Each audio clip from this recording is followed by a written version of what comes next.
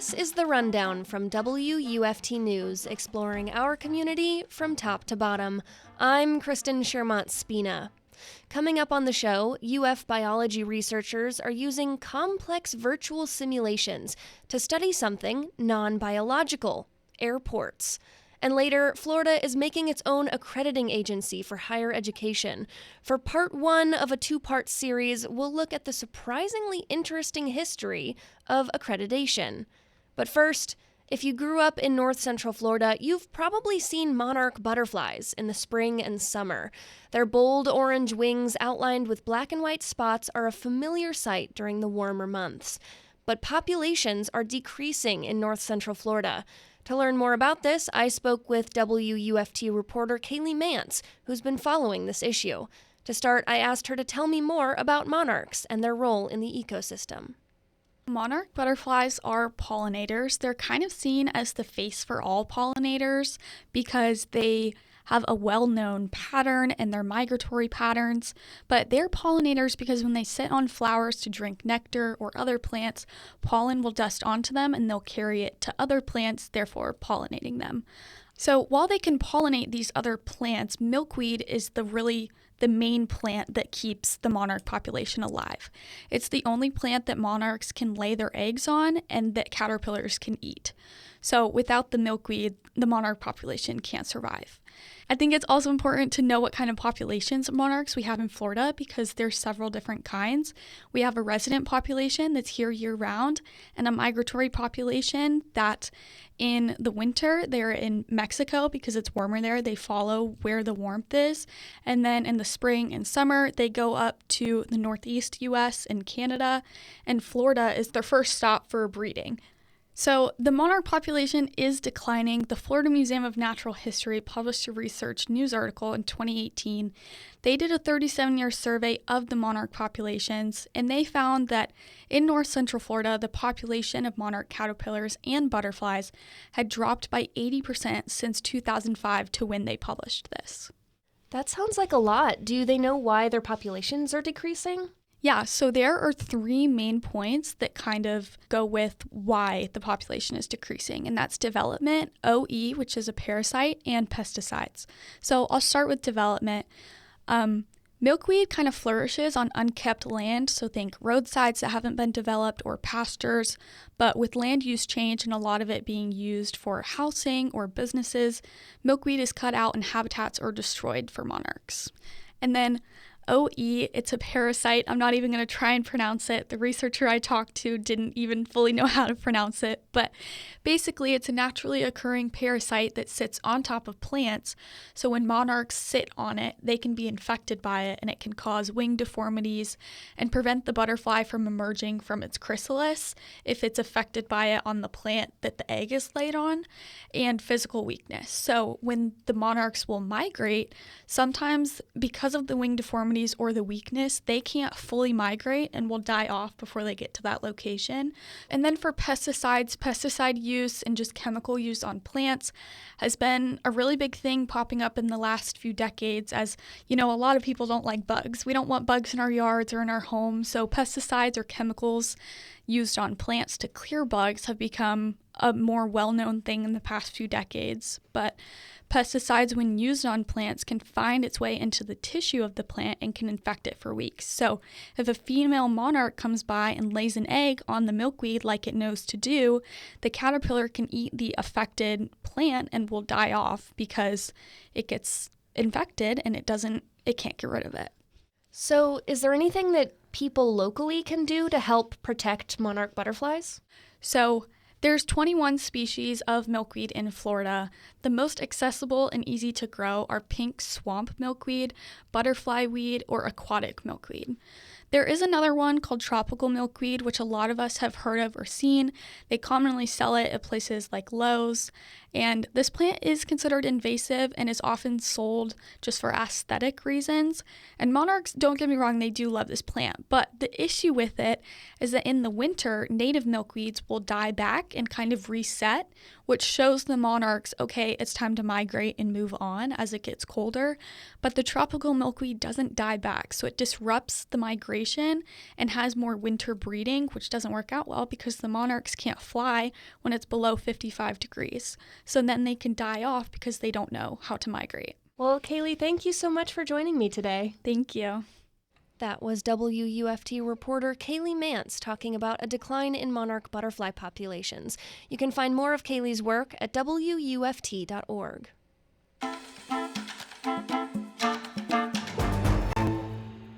If you're just joining us, this is The Rundown from WUFT News. I'm Kristen Schermont-Spina. Florida has a lot of stories to tell. Do you know your community's history? It's time for a trivia question. The University of Florida is known for many things, but one of them is the iconic Century Tower. What instrument does the tower house? Stay tuned to the end of the show for the answer.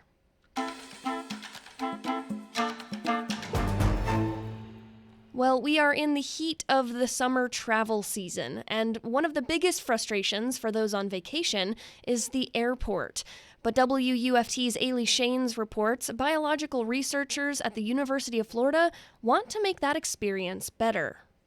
Airports have a lot of moving parts, and when one thing goes wrong, it creates a domino effect that can hurt a person's travel experience. That's according to Greg Kiker. He's an agricultural and biological engineer at the University of Florida, who's studying how to make the air travel experience better. We were looking at is what causes these kind of interruptions, these shocks, and how do they cascade, especially within airport systems. The study is a partnership with the National Science Foundation and Dallas-Fort Worth International Airport, or DFW. They're using AI and what's known as digital twins, which are kind of like simulations. Think the video game you may have played, SimCity. That's the game where you run and manage your own city and protect it from things like natural disasters or crime. So in this UF study, using AI, these simulations try to predict how certain decisions create this domino effect throughout the airport. One simulation they're using at DFW is called Athena. That was actually used to plan construction events and trying to avoid when they close a terminal, how could they route or tell people, okay, if Terminal C is closed, how can we still route them to better places? And there's another digital twin named Morpheus, which simulates lighting and energy efficiency. Light, temperature, even different gases and noise were all integrated into that digital twin system to help them plan to make sure that when noise was getting too high, how they could mitigate that. If it was like a hot day, how could they change their smart glass settings to let in less energy so they wouldn't be as hot? And there are more simulations that deal with flights, food vendors, and baggage. Now, you might be thinking, what do agricultural and biological engineers have to do with airports and AI? Well, Kiker says they have everything to do with it. You take away the energy, the water, the people. Do you still have an airport? Well, you might have a closed airport. Some people say, it's just concrete, it's just tarmac, or it's just airplanes. But actually, when you start to put together an airport, it has all the elements of an ecosystem. From here, these researchers would like more data for their study. Kiker says their hope is to find more partners to collaborate on the project, even airports overseas. Ailey Shanes, WUFT News. This is The Rundown from WUFT News. I'm Kristen Schermont-Spina. Coming up on the show, we have part one of a two-part series, diving deep into the history of accreditation in higher education. That's after the break. Stay with us. We'll be right back.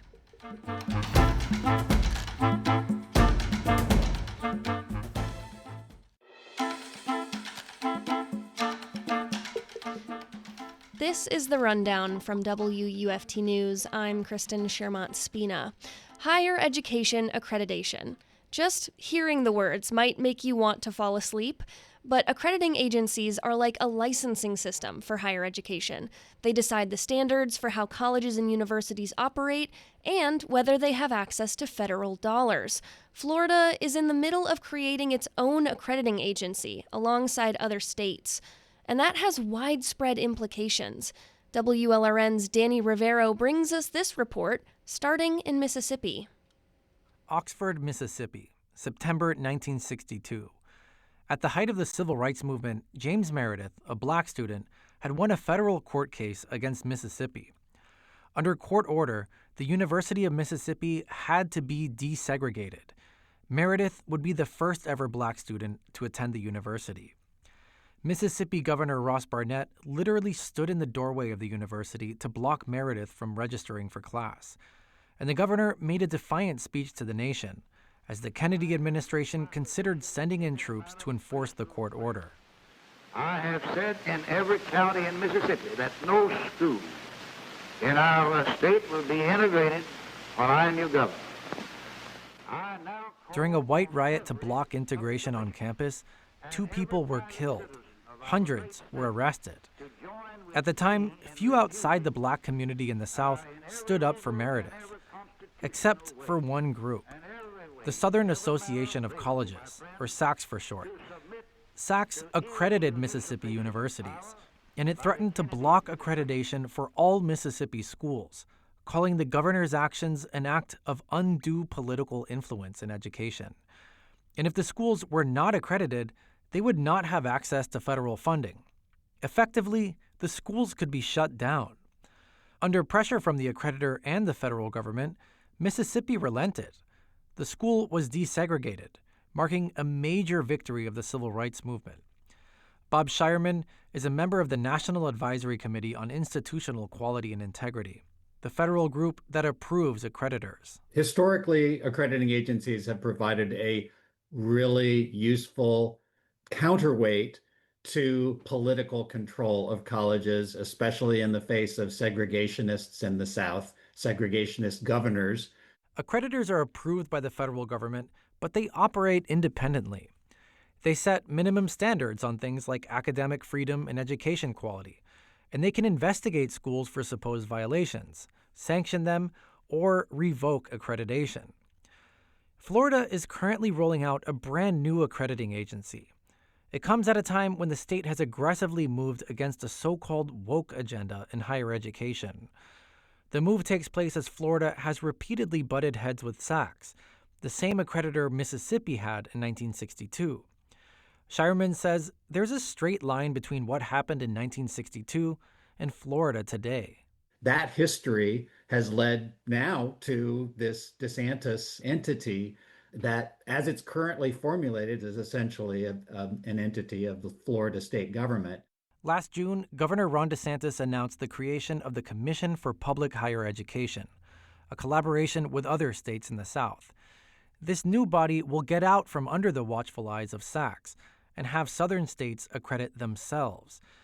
DeSantis said SACS and other independent accreditors are against 2 Florida priorities: rolling back diversity initiatives and placing new restrictions on how concepts of race are taught in the classroom. So this endeavor will introduce a new accreditor into the marketplace. It'll upend the monopoly of the woke accreditation cartels, and it will provide institutions with an alternative that focuses on student achievement rather than the ideological fads that have so permeated those accrediting bodies over the year. Now, SACS accredits about 800 schools across the country, traditionally in the South. In recent years, Florida has complained that SACS overstepped its authority by questioning state politicians. That's because SACS has warned about political interference in higher education, as Republican allies of Governor DeSantis have been named university and college presidents. And when Florida blocked 3 professors from testifying in a federal voting rights case in 2021, SACS cried foul.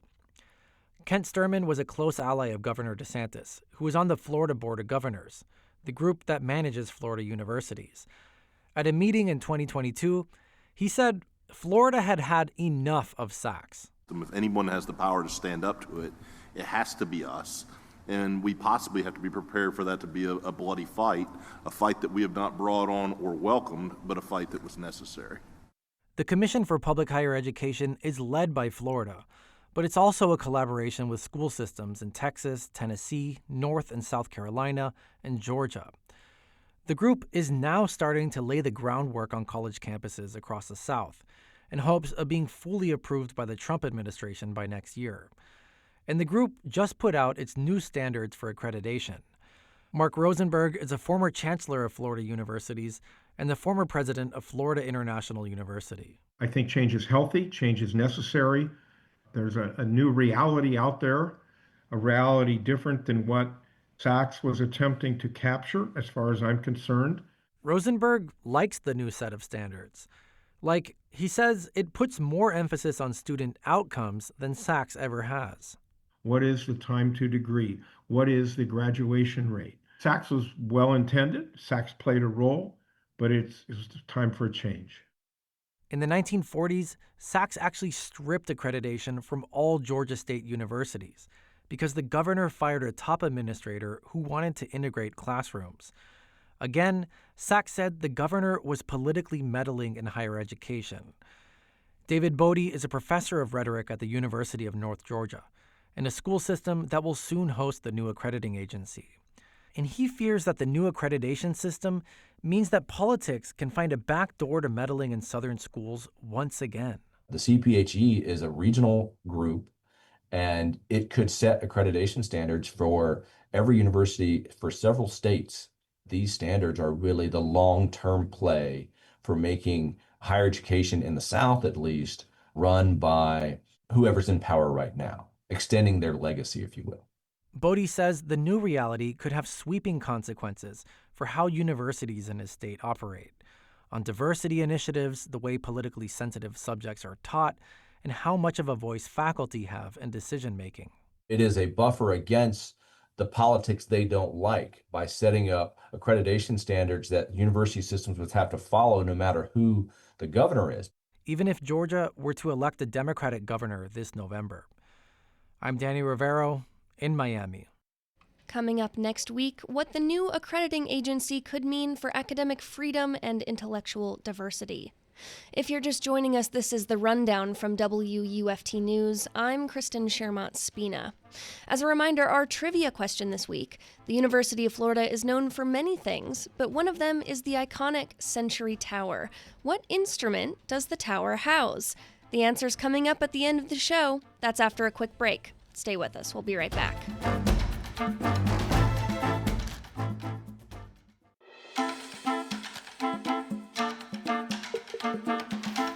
Welcome back to The Rundown. I'm Kristen Shermont-Spina. The waters off South Florida's coasts hold remnants of the transatlantic slave trade, including shipwrecks that tell stories absent from our history books. Last month, a group of divers led by a genealogist traveled to the Florida Keys to explore one of those sites and to help uncover a history that has remained beneath the surface for nearly 200 years. WLRN's Amara Evering reports. Genealogist Shelley Baxter has spent most of her career helping Black and Indigenous people trace their ancestral roots through her organization, Our Genetic Legacy. But along the way, she kept running into the same obstacle: a lack of historical records documenting the lives of enslaved people.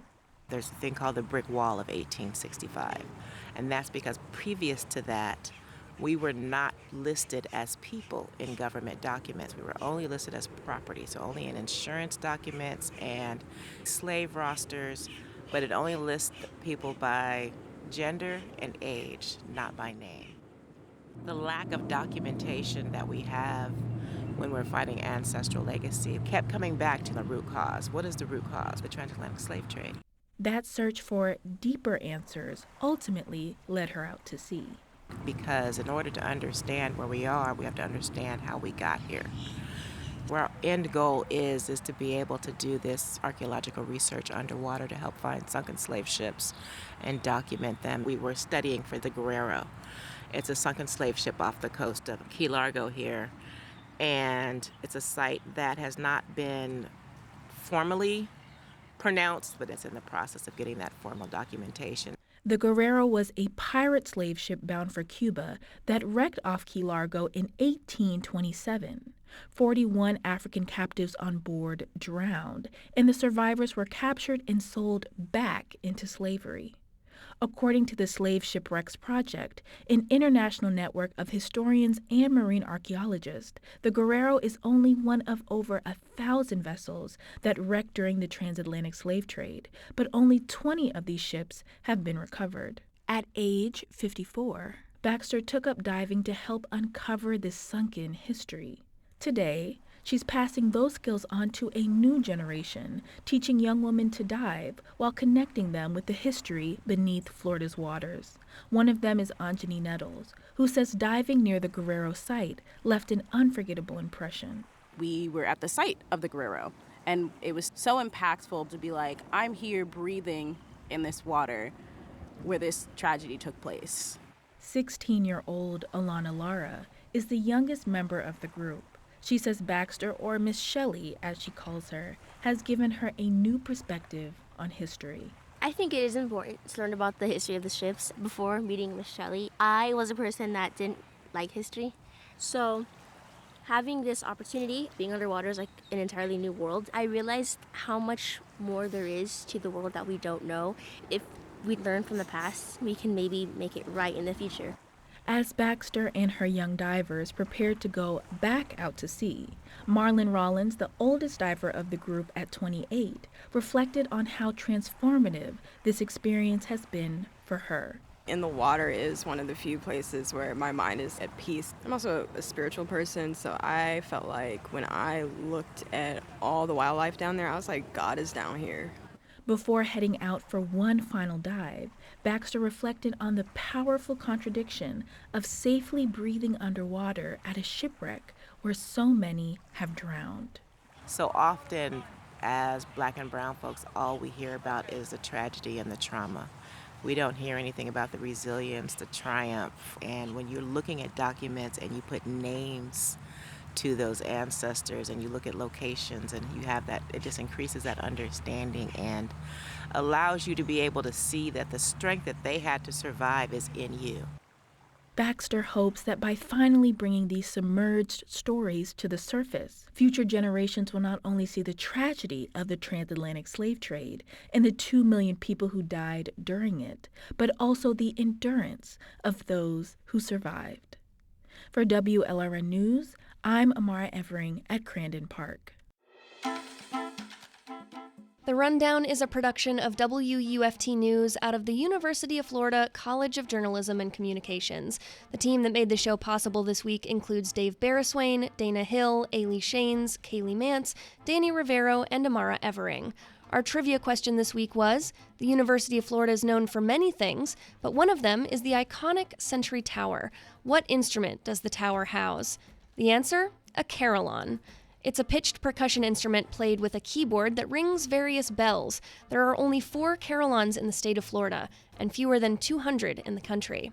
That's it for The Rundown. I'm Kristen Shermont-Spina.